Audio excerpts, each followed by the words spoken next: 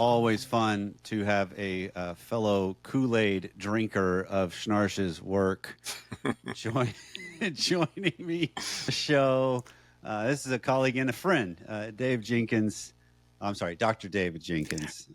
Let's be formal to start because Okay, we we'll both. start there. Well, I mean, we both have worked hard for the credentialing, so I'm going to honor those things for sure. No, Dave, it's so much fun to get a chance to chat with you today. Likewise. So let's jump in because you have gone to a bunch of the same trainings I've gone through when Schnarch was alive, and then even past, and there's a Mm-hmm. team leading carry forward the torch. But the one that we've landed on that you and I talk a lot about is just this idea of regressions. And Yes. to start, let's frame it for anybody in the audience that may hear that word and have a preconceived idea. Let's talk about what that actually, the way we're going to use it, and then we'll talk about how it plays out and why it's such a powerful framework. I appreciate that opportunity just to connect up with your audience. I've definitely been listening to you over the years and also have enjoyed my relationship with you likewise when we banter back and forth and then we land on regression. So to fill in the gaps, regression, I'll give a layman's term. It's that moment when you see somebody have a meltdown and you Right. could tell that their world just fell apart. It's that moment when your toddler is having a temper tantrum. Of course, they live a life that's totally regressed. But it's as an adult, it's that moment when something happens and I feel my whole body tighten up and my gut is in my throat. And it's that feeling of, oh my goodness, what next? Regression. One of the things that David Snarch said that I really appreciate and I use to this day is until proven otherwise, I'm probably regressed, which means that I wake up and if I had one of those nights, I'm waking up regressed. And so to put a little bit of clarity to it, regression is not just an emotion. It is a brain state. Correct. So we're not in the frontal neocortex where we like to think of us as humans. We slip down into our primitive brain. Yep. We might even call it the limbic system or the mammalian brain. And if I'm not careful, I can even slip even further into my reptile brain. And so I'm going to oversimplify it just for, the sake of ease of conversation. So I might refer to the reptile brain rather than the brain stem or the mammalian brain rather than the limbic system. But nonetheless, it's functioning at a place where we're in our primitive brain, Right. Right. not necessarily human. And so, shifting gears, when I'm dealing with my young teenagers or young kids, I often have to remember their brain is not fully developed. And so, they're already by nature regressed. And so, it's sometimes hard to think of them as fully functioning people when they're Right. not. Now, as Right. an adult, it's easy for me to go back there too. Oh yeah. Oh, I mean, that's something that we are so totally capable of. Let's go back in time, and I think you also in our conversations we would use it's it's a meltdown, it's a temper tantrum, it's a hissy fit, it's Hmm. spaghetti brained. Particular illogical, I guess you could say, marker of regressions most often is foggy brain Yes. that I just like find myself, I just don't have any clarity on my thought. I can't get the words flow the way Hmm. they normally would, I would hope. And that's a brain state. It's not functioning well. Kind of like when I wake up in the morning and I haven't had my cup of coffee yet. My brain is definitely foggy. I also want to separate something out because sometimes when I'm talking about regression, some people get the misconception that it's a form of intelligence. It is not. Right. Regression has nothing to do with how smart you are. Right. We all regress. Now, the sad reality about regression that really I'm working hard on trying to maintain is regression is very contagious. When my Yes. wife regresses, I'm liable to regress right along with her because I got to defend myself. And, Mm-hmm. so regression can be a chain reaction of events between a group of people or a community. It is easy to regress. In the extreme, being that I work in a law enforcement community, one of the things that I often see is regression is like mob mentality.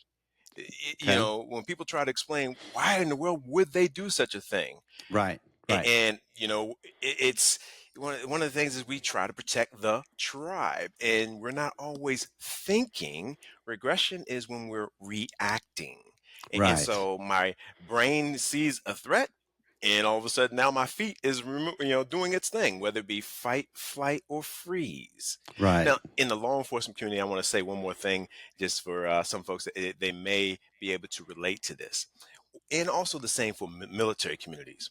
When we have really good training, freeze is not necessarily an option.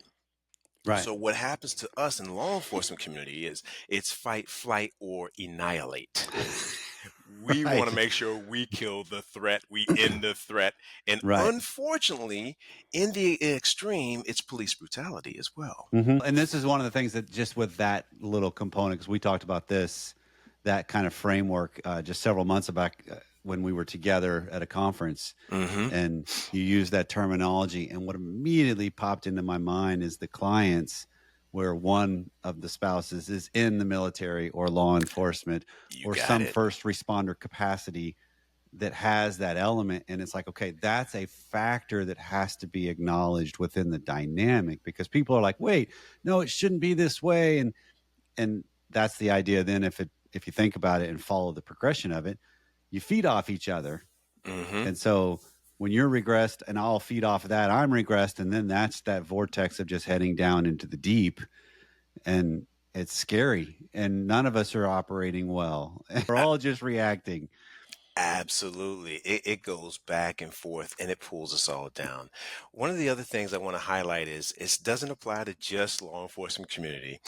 When we are really good at what we do for a living or anything that we're really good at, we operate on autopilot.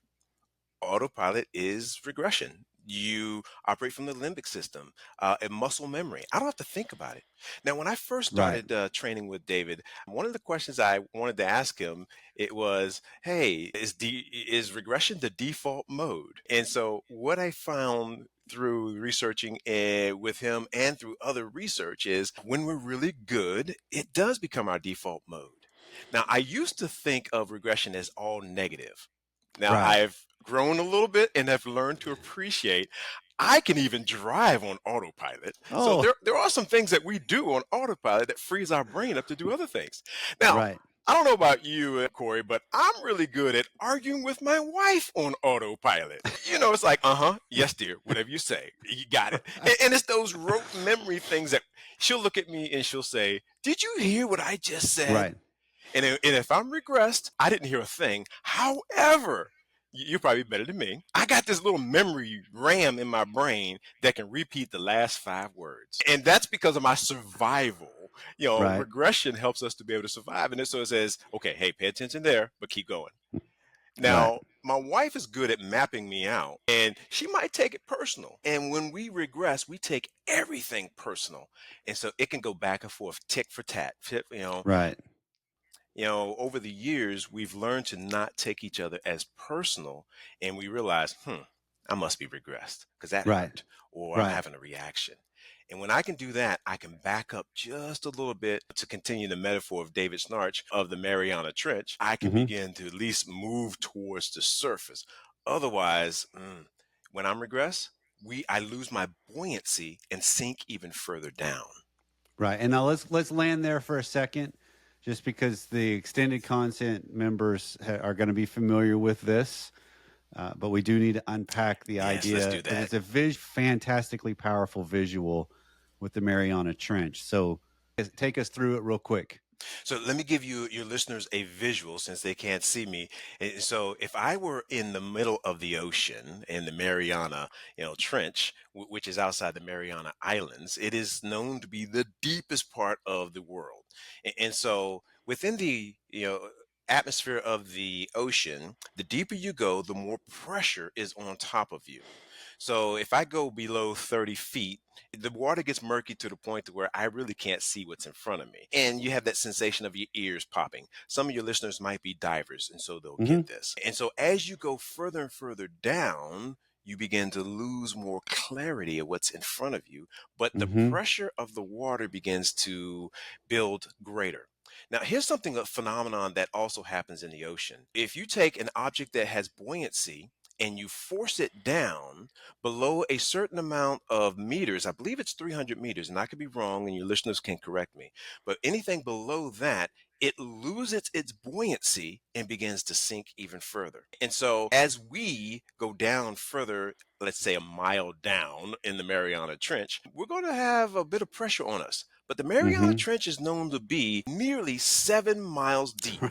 Right. So if you go down that far, there is tremendous amount of pressure on the human body. Now we can't Yep. survive there, but metaphorically speaking, if we were there, it'd be a lot of pressure. Now the fascinating thing is there are fish and Mm-hmm. animals that live that low and then that under that much pressure. And for them, hey, it's no big deal. It's the way they live. However, the fascinating thing is there are no schooling fish Right. that far down. They don't get along. Matter of fact, they only get together to procreate and to eat. And so, if you are in their path, they might lure you in with a light, bioluminescent light, which is like the anglerfish. But Yep. those fish are ugly fish and they don't play. And so they Mm-hmm. wait and they lurk. Now, us humans, metaphorically speaking, if we go that far in our own regression, we lose our alliance with one another. It's all Right. about me. I'm very Right. snappy. I might be critical. I might be anxious. I might be taking emotional hostages. You mentioned foggy thinking. This is where we begin to have some foggy thinking. I may even have just gaps in my own perception. Now, Mm-hmm. we don't all stay at 7 feet or 7 miles, sorry, but some of us we fluctuate between 6 miles, 5 miles, 4 miles. But based on our own upbringing, we might settle at a place, and I'll say for myself, I'm going to speak for me. I might be at 4 miles, and that's my typical norm. And for me, that's normal. Mm-hmm. But if I have a crisis, an acute regression, my wife comes home and tells me she got into a car accident and wrecked my favorite car. All of a Right. sudden now I'm going to regress and I will go way down. I'm liable to fly off the handle. Right. However, that's not always the case. If I maintain, okay, we can handle this. I might even rise to the occasion. Not likely, but now there's other people that may live typically at 2 miles under and they Mm-hmm. function a bit better. And so our functioning goes up and down. So David used to say that when we're at about 4 or 5 miles under, that's a chronic level of regression. And so some of us, we're chronically regressed. And for others, it's an acute regression because of whatever that might happen to cause us to spiral. But when the crisis is over, I go back up to my baseline norm. Mm-hmm. Now, I got a quick question for you, Corey. If I'm living that far under, do you think ugly fish have any concept of what air is? Exactly. And so if I grow up in a household that's chronically regressed, I have no idea what functioning might look like. Right. Right. You And have then you all of a have you have sudden, no picture of it. You've yes. never seen it. Yeah. And then if I do happen to come up and get a gulp of air, that doesn't feel quite right. It feels unusual. Doggone it, I'm going to sabotage this and go right back down. Mm-hmm. And so sometimes, I have clients that I work with and I'm helping them function and they raise their functioning. And lo and behold, 3 or 4 weeks later, they sabotage in order to get right back down to what they feel is normal. Because they'll say, Right. Doc, that just didn't feel good. It felt odd. It didn't feel like me. And it's Right. hard in the environment that they came from. When you raise your functioning, the ugly fish aren't going to say, hey, good for you. But they'll come up and sometimes pull you back down. And that's what's so interesting on this too, because this just occurred to me within the last month of reading through his manuscript, living at the bottom of the ocean, and working Mm-hmm. through that multiple times now, to where regressions aren't always just from negative things like you're describing, right? It's that idea of, wait, now all of a sudden I have a chance for a deep connection with my wife, and it freaks me out because it's too exposing, or it's too vulnerable, or it's too intimate. And so I regress from that. Mm-hmm. And because my particular form of regression would be, I am not a reactive person. I am an under reactor person, which that's my regressing is I shell up, I hole up, I run, I I distance, I stonewall, and I am an expert level passive aggressive guy. So What? You it's wait, that's not a personality? hope not. It's part of the household I was Hmm. raised in too, though, and so that's that level of functioning. That's the depth level that I understood and understand. And so, but I think it's worth noting because it didn't strike me until wait a second. I see, because I was actually teaching on this just the other day and realized Hmm. when I need to be on the watch for my particular levels of acute regressions, when something traumatic happens, a something acute that just boom, I understand completely. A car wreck, Yeah. with a kid, a marital crisis, a family crisis, those things you can understand.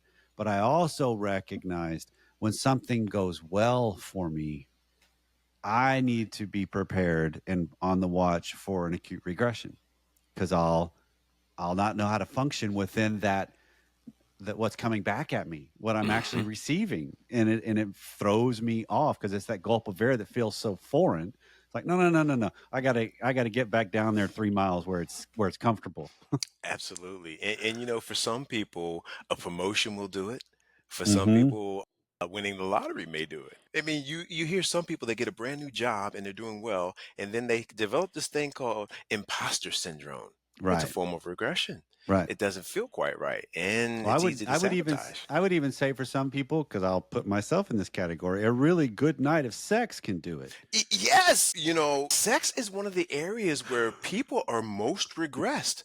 They go on Right. autopilot. They can't handle that level of intimacy. And it's like, let me Right. back up from this. Mm-hmm. You're absolutely right. When relationships are going well, I know I have quite a few clients that get suspicious and they say, well, how long is this going to last? When's the other shoe going to drop? And so they begin to anticipate or set themselves up to sabotage. But Right. it's not unusual, it's human. Right. One of the things helping people recognize this is what regression looks like. And so, Corey, you brought up an excellent point that I love to do with my clients is say, what does it look like? What does it smell like? What does Yeah. it sound like? And what does it feel, tactile feel? And what does it taste like? And people are Mm-hmm. like, what do you mean taste? Well, there's certain foods that I like to eat when I'm regressed. Oh, mine's the Hershey Special Dark Chocolate Bar. Man, I love it. Mine are Doritos. I can just sit and Okay. have a whole bag of Doritos. Look, Corey, side note here. I pay the price if I decide to eat Doritos. Found out probably about 5 years ago, I'm allergic to some of the dyes they put in Doritos. Yes. And so I'm paying more than once. I'm going to regress. Well, knock myself down even more. Let's go. Yeah, exactly. Exactly. Yeah. But, Okay. go ahead. No, I was gonna say. So I want to pivot it because you've talked about the. I love the word buoyancy, and I Hmm. also love the depiction of after I reach a certain point, I'm not just naturally buoyant. And so it takes an Yes. effort to become so. It takes some intentionality, it takes some strategies, if you will. Hmm. And so I want to pivot to that of you talked about swimming to the surface. I've got to increase my buoyancy. I've got, that's kind of the whole visual we're talking about here. So let's walk through that. Yes. And so when we get to that place where I can finally admit, and one of the greatest things we can say is, I'm regressed. Mhm. When you can at least start there, then you can pivot and begin to swim for the surface. You say, what in the world does that look like?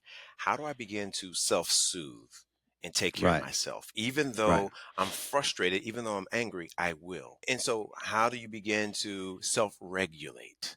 Mhm. Again, you find in that place of finding, okay, here's what I need to do to settle me and be able to move forward. And I'll tell you, it is a marathon. So then I have to begin to work on my endurance. How do I endure for the sake of growth? Because it's not going to happen just like that. And then the other is, how do I figure out who I am right now, even though I am not at the place where I want to be? And I'll say, especially in the presence of somebody that's important to me. And so Yeah. figuring that part out and finding those points of balance, those are some of the hallmarks of raising your functioning and then being able to sustain there. But recognize that it ebbs and flows. Mhm. Now, for me, I had to get to the place of recognizing what does that look like for me in order for me to have a little bit of buoyancy. And what does it feel like for me? And then how do I become comfortable with that?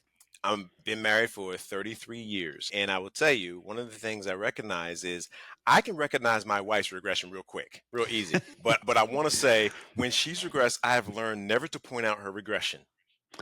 Correct. And so when she's regressed, the best thing I can do is raise my level of functioning in order to be a little bit more of an anchor for her and throw her a lifeline. You can't throw somebody a lifeline if you're in the middle of drowning with them. Right. Right. So, recognizing now when she regresses, I have an urge to want to fix it, want to be the fix it guy, have all the answers. I'm the guy with the education, so therefore so now I've learned even having the answers and fixing other people, that is my regression. Yeah. Because I don't have to work on me, I can work on her. Yeah, And so absolutely. now I have to learn to back up and, as you put it, the buoyancy. How do I rise up? And it's not at a place of looking down on her, but now it's from a place of humility that says, ooh, if I'm not careful, there go I. Mm-hmm. Yeah, and I think that's an excellent visual to think about because it seems to me our instinctual reaction is I'm a fixer that I've got to jump in and I've got to be involved. I oftentimes is just reacting. It's not a conscious how do I position myself to help somebody that's not even asking for it necessarily. They're just reacting. They're just regressing. They're just whatever it is that it's autopilot. They're not functioning Yes. well either. So I love the idea of throwing an anchor doesn't mean making sure they grab it around them safely. It's being aware of my position as it pertains to theirs, right? Yes. Which, if you cover that with So humility, let me it's clean that up fantastic. just a minute because Thank you. I can easily throw my wife an anchor and sink her. But Fair. throwing her a lifeline. Well, okay, that's right. Because you used the terminology. I could be an anchor and Uh-huh. throw a lifeline. That's what Mm-hmm. I'm missing. Okay, well, I must be Yes. regressed But a little bit Corey, right I now. love your instinct because the opposite is also very true for me. Yes. Yeah, be it for me to point something out in you that I also do as well. So I totally get that. I'll say once I work on me, I recognize something that is my form of regression that probably hits a lot of people under the belt. Having the answers and being the know it all is my form of arrogance. And so, working on my own arrogance, the arrogance is what comes out in my form of regression. And okay, so, my wife, man, she is not a therapist, but she has definitely took me to therapy quite a bit and has pointed out those levels of me that it helps to sink her and the rest of the family. And so learning about my own arrogance is now I'm always on the lookout for it. And so now I'm yeah, learning to slow down, but I'll tell you, it still slips by me, yeah. especially when I'm on autopilot. Oh yeah, totally. Because it's the element of I got this, and I'm not even Oh aware man. of myself and my own capacity. And this is the one thing to clean up as well, because I think some people could hear this. I heard this initially too, of going back to how it started with our conversation of brain state. Because this Yes. is, if we're talking about soothing myself, that doesn't mean acknowledging a feeling, not acknowledging emotion. That doesn't mean making it go away. It means acknowledging it. I mean, that's one of my favorite phrases of David is, this is not devoid of feelings. We want you to have your Yes. feelings. In fact, have them all. Have all of them, but operate better in them. That's kind of the idea that I always took away from him. Absolutely. And I'll tell you, within the world that I live in right now in law enforcement community, it's easy for us to try and pull them apart and ignore feelings. However, one of the things that I realize, and I tell them oftentimes, when we ignore it, it's still there. It still Yes. betrays us. It still Yeah. happens. And so I'll borrow a phrase from Brene Brown. She said, feelings are for feeling. And I tell you, learning to sit with the feelings is a part of that self-soothing as well. And Mm-hmm. realizing they're not going to harm you, but at the end of the day, you still have a choice to make. And so in the law enforcement community, they often like to be able to hear that and hear the logic behind it and hear, okay, it's not going to overrun me. And I don't have to be afraid of my feelings. Right. They're there. They're there for Right. and I tell them they're there for a logical reason. Mm-hmm.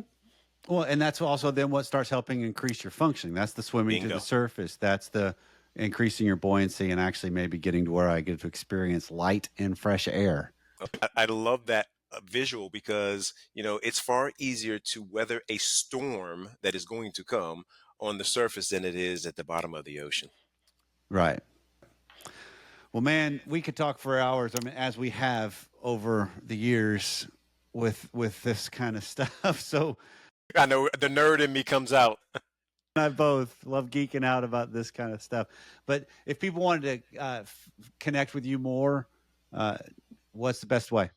The best way is to find me on LinkedIn. It's Dave Jenkins. So right now, just to give you listeners a snapshot, I kept mentioning law enforcement. So I am a employee assistance counselor for the Federal Bureau of Investigation. And so my clients are all within the bureau. So no, I'm not taking on any additional clients from the outside.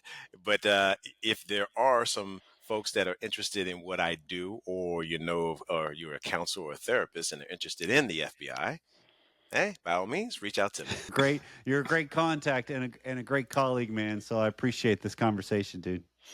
Likewise, you are as well, Corey. Thank you.